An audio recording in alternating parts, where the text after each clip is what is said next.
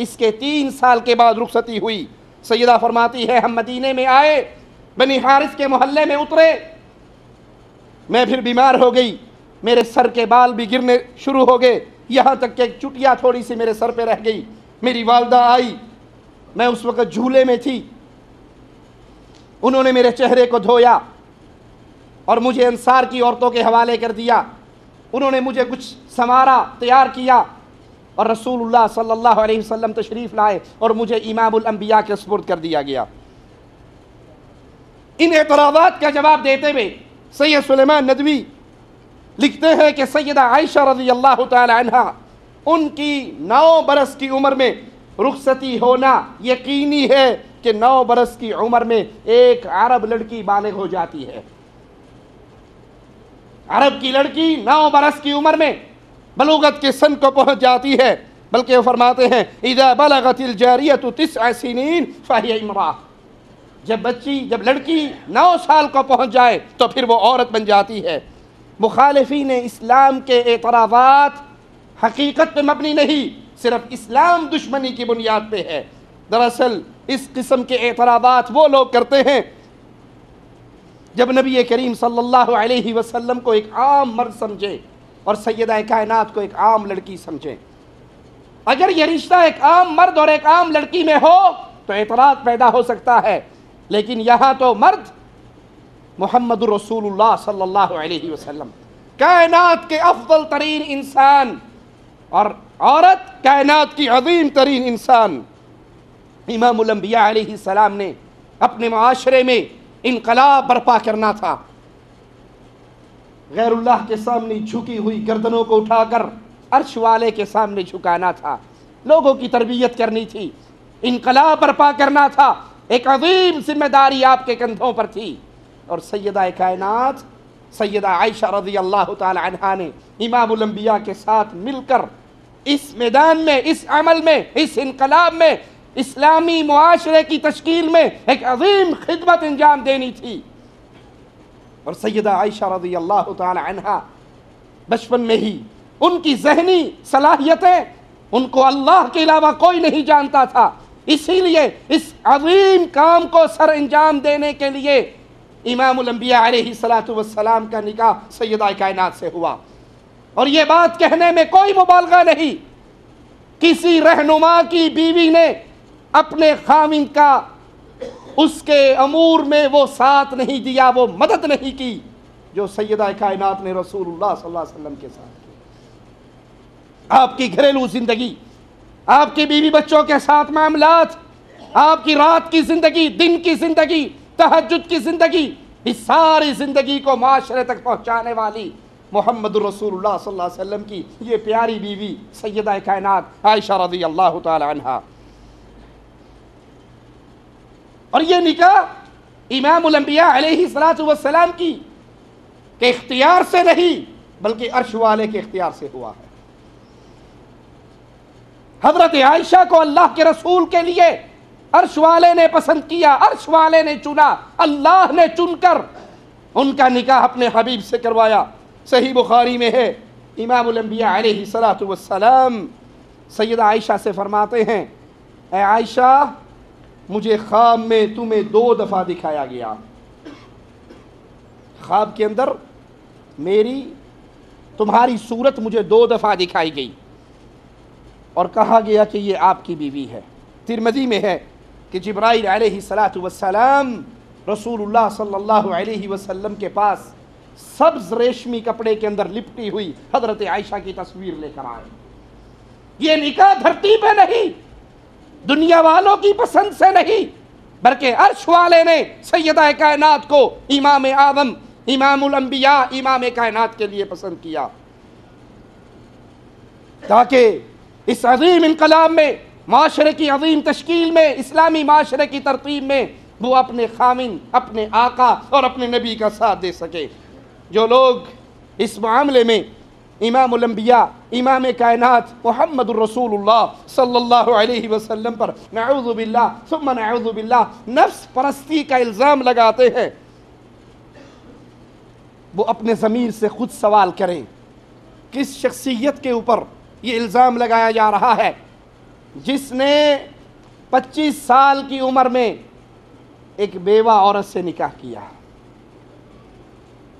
تم اس کے اوپر تہمت لگاتے ہو، تم ان کے اوپر زبان دراوی کرتے ہو جو 25 سال کی عمر میں 50 سال تک صرف ایک ہی بیوی پہ قناعت کیے رہا۔ امام الانبیاء علیہ الصلوۃ والسلام نے اپنی پوری جوانی ایک بیوی کے ساتھ گزار دی، اور بیوی بھی وہ جو آپ علیہ السلام سے عمر میں 15 سال بڑی، ہم عمر بھی نہیں، چھوٹی بھی نہیں۔ اگر تمہارا یہ الزام ٹھیک ہے تو اپنی عقلوں پر پڑے ہوئے تعصب کے اندھے پردوں کو اٹھا کر دیکھو۔ جس ہستی نے، جس پاکیزہ ذات نے اپنے سے 15 سال بڑی عورت سے نکاح کر کے 25 سال ان کے ساتھ گزارے، اگر وہ نفس پرستی کی خاطر شادیاں کرتے تو معاشرے میں جو مقام محمد رسول اللہ صلی اللہ علیہ وسلم کو نصیب تھا وہ کسی اور کو تھا؟ اگر آپ خوبصورت کماری لڑکیوں سے شادیاں کرنا چاہتے تو آپ کے لیے کوئی رکاوٹ تھی؟ کفار نے تو پہلے آ کر کہا تھا کہ اگر آپ کائنات میں، عرب میں جس عورت کی طرف اشارہ کر دو، بس یہ توحید کی دعوت چھوڑ دو، ہم آپ کا اس سے نکاح کرا دیں گے۔ اور مسلمانوں میں بھی اگر آپ چاہتے خوبصورت کماری لڑکیوں سے شادیاں کرنا تو آپ کے لیے کیا رکاوٹ تھی؟ ارے میرے نبی کے صحابہ میرے نبی سے تو وہ پیار کرتے تھے کہ آپ کا لعاب دہن زمین پہ نہ گرنے دیتے تھے، وضو کے پانی کے قطرے زمین پہ نہ گرتے تھے، صحابہ اپنے ہاتھوں پہ لے لیا کرتے تھے، اور اگر کسی صحابی کے ہاتھ پہ پانی کا قطرہ نہ آتا وہ اپنے بھائی کے گیلے ہاتھ پر ہی ہاتھ مل لیا کرتا تھا۔ میرے نبی سے محبت۔ آپ نے ایک صحابی سے کہا تھا میں تیرا نکاح نہ کروا دوں، اس نے کہا تھا اللہ کے نبی غریب آدمی ہوں، مجھے کون دے گا؟ آپ نے کہا جاؤ فلاں گھر میں جاؤ اور ان سے کہو تمہاری بیٹی کے لیے رشتہ محمد نے مانگا ہے صلی اللہ علیہ وسلم۔ وہ رشتہ مانگتے ہیں اور کہتے ہیں کہ یہ رشتہ نبی نے مانگا ضرور ہے لیکن اپنے لیے نہیں مانگا، جلیبیب کے لیے مانگا ہے۔ لڑکی کا باپ کہتا ہے میں اپنی بیوی سے مشورہ کر لوں، بیوی سے مشورہ کرتے ہیں، بیوی رضامند نظر نہیں آتی، فلاں کو انکار کیا، فلاں کو انکار کیا، فلاں کو انکار کیا، اتنی بڑی بڑی حیثیت والوں کو انکار کیا،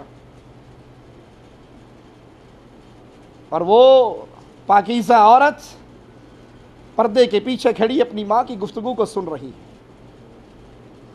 کہتی ہے یہ نہ سوچو کہ میرا رشتہ کس کے لیے پسند ہوا ہے، لیکن یہ تو سوچو میرا رشتہ مانگا کس نے ہے۔ جو آیا ہے اس کو نہ دیکھو، جو رشتہ مانگنے آیا ہے اس کو نہ دیکھو، یہ تو دیکھو میری عزت، میری شان، میرا مقام کتنا بڑا ہے کہ میرے لیے دلہا محمد الرسول اللہ نے پسند کیا صلی اللہ علیہ وسلم۔ اگر کسی غریب آدمی کے لیے، کسی غلام کے لیے بھی نبی رشتہ پسند کر دیتے ان کا سر فخر سے بلند ہو جاتا۔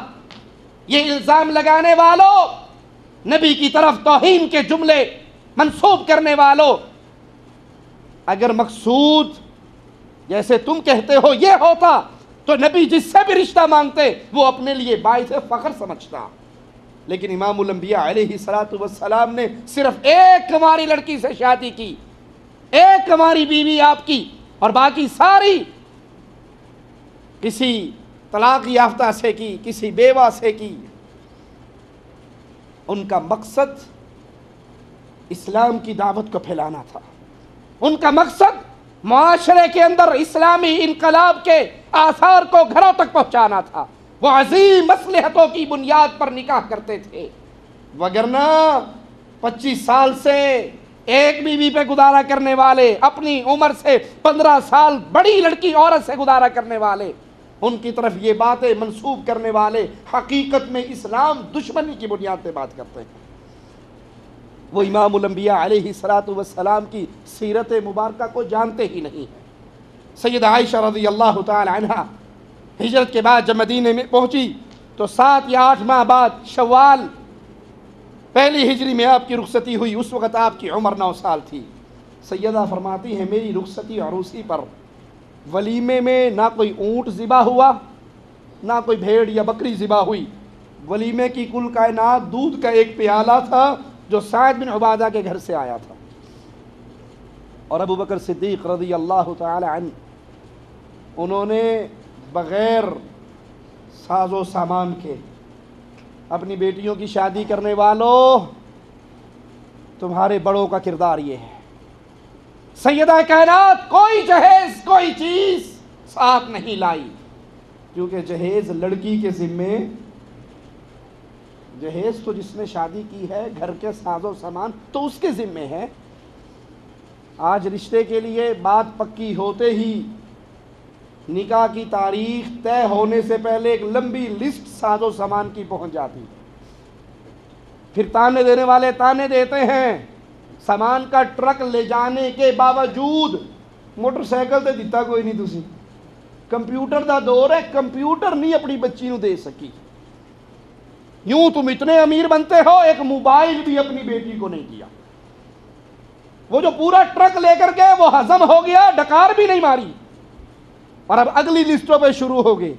بچہ ڈیوٹی پہ جاتا ہے اسے ویگنوں پہ جانا پڑتا ہے. تیرے تو مامے بڑے امیر ہیں, کو گاڑی لے کر دے دیں. لڑکی کے باپ کے ذمے اس کی ماں کے ذمے اسلامی تربیت ہے.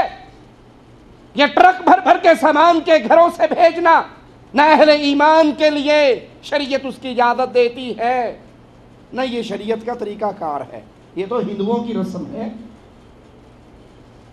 اس جہیز کی لعنت کی وجہ سے درجوں